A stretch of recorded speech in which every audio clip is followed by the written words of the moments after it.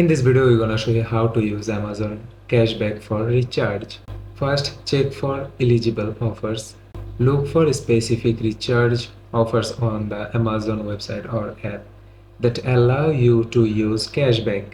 These offers may vary depending on your location and the type of recharge. Then add the recharge amount to your card. Select the desired recharge plan and add it to your card. After that, proceed to checkout. Review your order and select Amazon Pay balance as your payment method. Then apply cashback. If eligible, the available cashback amount will be automatically deducted from the total recharge amount. And the last one is complete the payment. Confirm the recharge and complete the payment using the remaining balances or another preferred payment method. So that's how you can use Amazon cashback for recharge.